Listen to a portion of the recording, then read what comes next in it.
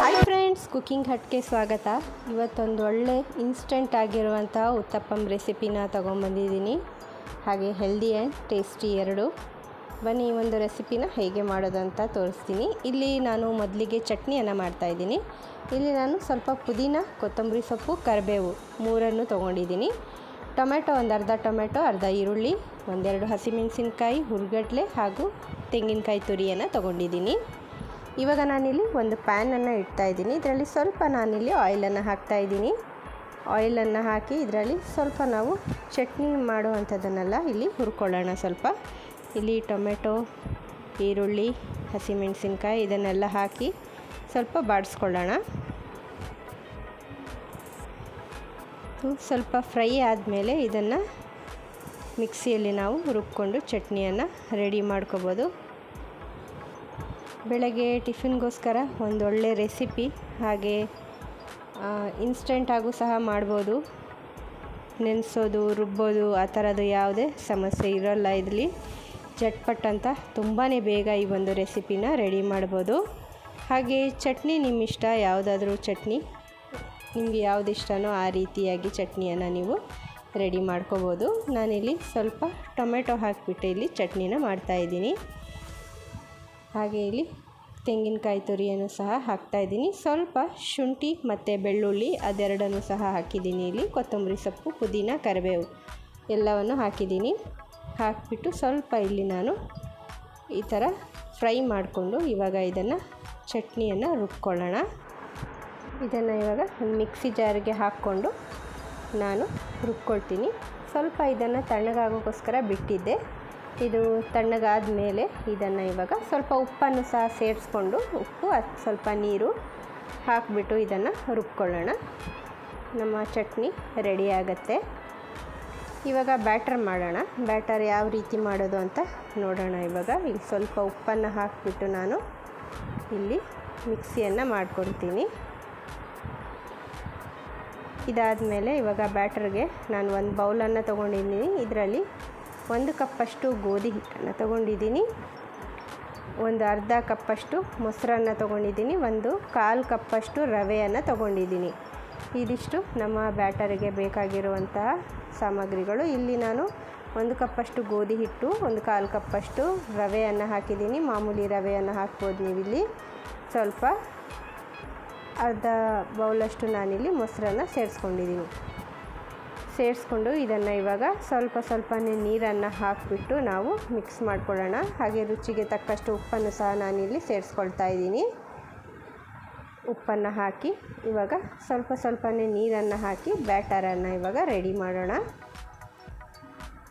ಒಂದೇ ಸಲಿಗೆ ಜಾಸ್ತಿ ನೀರು ಹಾಕಬೇಡಿ, ನೋಡಿಕೊಂಡು ಹಾಕಬೇಕಾಗತ್ತೆ ನೀರು ಎಷ್ಟು ಬೇಕು ಅಂತ. ಸ್ವಲ್ಪನೇ ಹಾಕಿ ನಾನಿಲ್ಲಿ ಮಿಕ್ಸ್ ಮಾಡ್ಕೊಳ್ತಾ ಇದ್ದೀನಿ. ತುಂಬಾ ಇನ್ಸ್ಟೆಂಟಾಗಿ ತುಂಬ ಬೇಗ ಮಾಡ್ಬೋದು ಈ ಒಂದು ರೆಸಿಪಿನ. ಹಾಗೆ ತುಂಬ ಟೇಸ್ಟಿ ಕೂಡ ಆಗಿರುತ್ತೆ. ಟಿಫಿನ್ ಬಾಕ್ಸ್ಗಳಿಗೂ ನೀವು ಇದನ್ನು ಹಾಕಿ ಕಳಿಸ್ಬೋದು. ನಾನಿಲ್ಲಿ ಸ್ವಲ್ಪನೇ ನೀರು ಹಾಕ್ಕೊಂಡು ಮಿಕ್ಸ್ ಮಾಡ್ಕೊಳ್ತಾ ಇದ್ದೀನಿ. ಜಾಸ್ತಿ ತೆಳ್ಳಗೂ ಕೂಡ ಮಾಡಬೇಡಿ ಬ್ಯಾಟರು.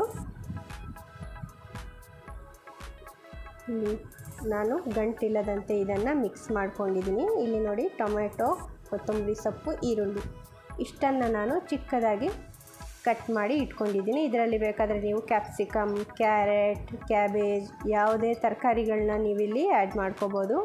ಇವಾಗ ಈನೋ ಸಹ ತೊಗೊಳ್ತಾ ಇದ್ದೀನಿ ನಾನು. ಈನೋ ಹಾಕೋದ್ರಿಂದ ಇದೆಲ್ಲ ಬ್ಯಾಟರ್ ಉಬ್ಬಿ ಬರುತ್ತೆ, ಸಾಫ್ಟ್ ಆಗುತ್ತೆ, ಚೆನ್ನಾಗಿರುತ್ತೆ. 1 ಟೀ ಸ್ಪೂನಷ್ಟು ನಾನಿಲ್ಲಿ ಈನೋವನ್ನು ಹಾಕ್ತಾಯಿದ್ದೀನಿ. ಹಾಕಿ ಅದರ ಮೇಲೆ ಸ್ವಲ್ಪ ನೀರನ್ನು ಹಾಕ್ತಾಯಿದ್ದೀನಿ. ಹಾಕ್ಕೊಂಡು ಇವಾಗ ಮಿಕ್ಸ್ ಮಾಡ್ಕೊಳ್ಳೋಣ. ಇದರಿಂದ ನಮ್ಮ ದೋಸೆ ತುಂಬ ಸಾಫ್ಟಾಗಿ, ಫ್ಲಪ್ಪಿಯಾಗಿ ಬರುತ್ತೆ, ತುಂಬಾ ಚೆನ್ನಾಗಿರುತ್ತೆ. ಇದನ್ನು ಇವಾಗ ಬ್ಯಾಟರನ್ನು ಮಿಕ್ಸ್ ಮಾಡ್ಕೊಳ್ಳೋಣ. ಬ್ಯಾಟರ್ ನೋಡಿ ಹೇಗೆ ಉಬ್ಬಿ ಬಂದಿದೆ ಅಂತ ಹಿಟ್ಟು, ತುಂಬಾ ಚೆನ್ನಾಗಿ ಬಂದಿದೆ. ಇದನ್ನು ಮಿಕ್ಸ್ ಮಾಡಾದಮೇಲೆ ಒಂದು ಪ್ಯಾನ್ ಅಥವಾ ತವಾವನ್ನು ನೀವಿಟ್ಟು ಹಾಕ್ಕೊಳ್ಬೋದು. ಇಲ್ಲಿ ನಾನು ಒಂದು ಪ್ಯಾನನ್ನು ಇಟ್ಟಿದ್ದೀನಿ.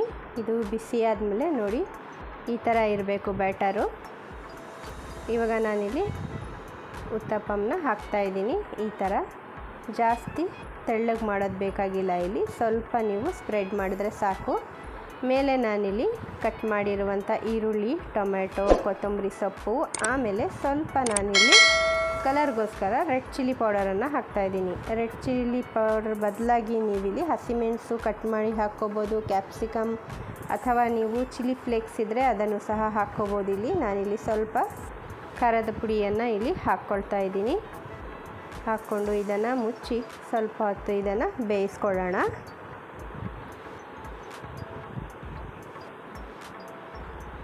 ಇವಾಗ ಸ್ವಲ್ಪ ಆಯಿಲನ್ನು ಇಲ್ಲಿ ನಾವು ಹಾಕ್ಕೊಳ್ಳೋಣ. ಆಯಿಲ್, ಘೀ, ಬಟರ್ ಯಾವುದೇ ಆದರೂ ನೀವಿಲ್ಲಿ ಹಾಕ್ಕೋಬೋದು. ಸ್ವಲ್ಪ ನಾನು ಆಯಿಲನ್ನು ಹಾಕ್ತಾಯಿದ್ದೀನಿ. ಇದನ್ನು ಹಾಕ್ಕೊಂಡು ಇವಾಗ ಎರಡು ಕಡೆ ನಾವು ಚೆನ್ನಾಗಿ ಬೇಯಿಸ್ಕೊಳ್ಳೋಣ. ಇದನ್ನು ಸ್ವಲ್ಪ ಪ್ರೆಸ್ ಮಾಡ್ಕೊಳ್ತಾ ಇದ್ದೀನಿ. ಇವಾಗ ಕಲರ್ ಬರ್ತಾ ಇದೆ ಇದಕ್ಕೆ ಲೈಟಾಗಿ.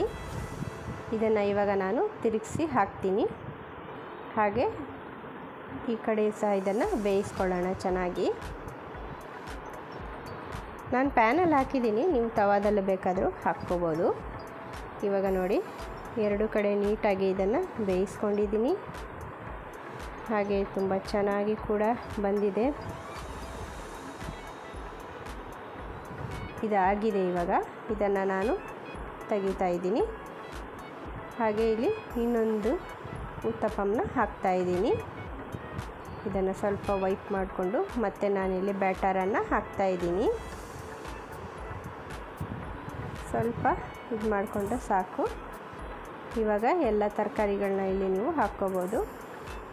ಹಾಗೆ ಎಲ್ಲ ಟೊಮೆಟೊ, ಈರುಳ್ಳಿ ಎಲ್ಲ ಹಾಕ್ತಾಯಿದ್ದೀನಿ ಇಲ್ಲಿ. ಅದೇ ರೀತಿಯಾಗಿ ಎಲ್ಲ ಉತ್ತಪ್ಪಂಗಳನ್ನ ನಾವಿಲ್ಲಿ ಹಾಕ್ಕೊಳ್ಳೋಣ. ನನ್ನ ರೆಸಿಪೀಸ್ ನಿಮಗೆ ಇಷ್ಟ ಆಗ್ತಾ ಇದೆ ಅಂದರೆ, ನನ್ನ ಚಾನಲ್ ನಿಮಗೆ ಇಷ್ಟ ಆಗ್ತಾ ಇದೆ ಅಂದರೆ ನನ್ನ ಚಾನಲ್ನ ಸಬ್ಸ್ಕ್ರೈಬ್ ಮಾಡ್ಕೊಳ್ಳಿ. ಲೈಕ್, ಶೇರ್, ಕಾಮೆಂಟ್ಸ್ ಕೂಡ ಮಾಡಿ. ಹಾಗೆ ಇದು ಕೂಡ ಆಗ್ತಾಯಿದೆ. ಇದನ್ನು ಸ್ವಲ್ಪ ಹೊತ್ತು ಬೇಯಿಸ್ಕೊಂಡು ಎರಡು ಕಡೆ ಬೇಯಿಸ್ಕೊಂಡು ತೆಗೆದ್ರೆ ನಮ್ಮ ಇನ್ಸ್ಟೆಂಟ್ ಆಗಿರುವಂಥ ಉತ್ತಪ್ಪಂ ರೆಡಿ ಆಗುತ್ತೆ. ಇದು ಸಹ ರೆಡಿಯಾಗಿದೆ. ನಾನಿವಾಗ ಸರ್ವ್ ಮಾಡಿ ತೋರಿಸ್ತೀನಿ ಚಟ್ನಿಯೊಂದಿಗೆ ಯಾವ ರೀತಿ ನಮ್ಮ ದೋಸೆಗಳು ಬಂದಿದೆ ಅಂತ. ಒಂದು ಸತಿ ಮನೆಯಲ್ಲಿ ಟ್ರೈ ಮಾಡಿ. ಹಾಗೆ ನಾನಿಲ್ಲಿ ಸರ್ವ್ ಮಾಡಿದ್ದೀನಿ ನೋಡಿ.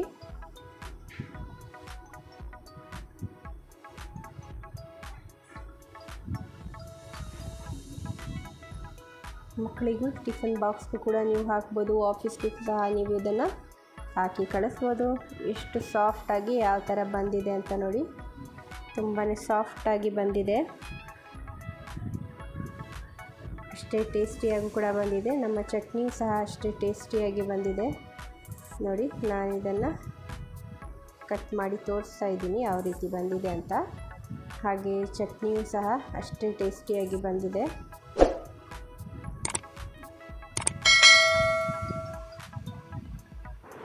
ಇದೇ ರೀತಿಯಾಗಿ ನೀವು, ನಾನು ಗೋಧಿ ಹಿಟ್ಟನ್ನು ಏನು ಬಳಸಿದ್ದೀನಿ, ಮೈದಾ ಸಹ ಬಳಸ್ಬೋದು ಅಥವಾ ಅಕ್ಕಿ ಹಿಟ್ಟಲ್ಲೂ ಸಹ ಇದೇ ರೀತಿಯಾಗಿ ನೀವು ಮಾಡ್ಕೊಳ್ಬೋದು. ಅದರಲ್ಲೂ ಸಹ ತುಂಬ ಚೆನ್ನಾಗಿ ಬರುತ್ತೆ, ಕ್ರಿಸ್ಪಿಯಾಗಿ ಬರುತ್ತೆ. ನಾನು ಇಲ್ಲಿ ಗೋಧಿ ಹಿಟ್ಟು ಹಾಗೆ ರವೆಯನ್ನು ಬಳಸಿದ್ದೀನಿ. ರವೆಯಲ್ಲಿ ನೀವು ಚಿರೋಟಿ ರವೆ ಆದರೂ ತೊಗೋಬೋದು ಅಥವಾ ನಾರ್ಮಲ್ ಬಾಂಬೆ ರವೆ ಬರುತ್ತಲ್ಲ ಅದನ್ನು ಸಹ ತೊಗೋಬೋದು. ಮತ್ತೆ ಸಿಗ್ತೀನಿ ಇನ್ನೊಂದು ಹೊಸ ರೆಸಿಪಿಯೊಂದಿಗೆ. ಅಲ್ಲಿವರೆಗೂ ಟೇಕ್ ಕೇರ್, ಬಾಯ್.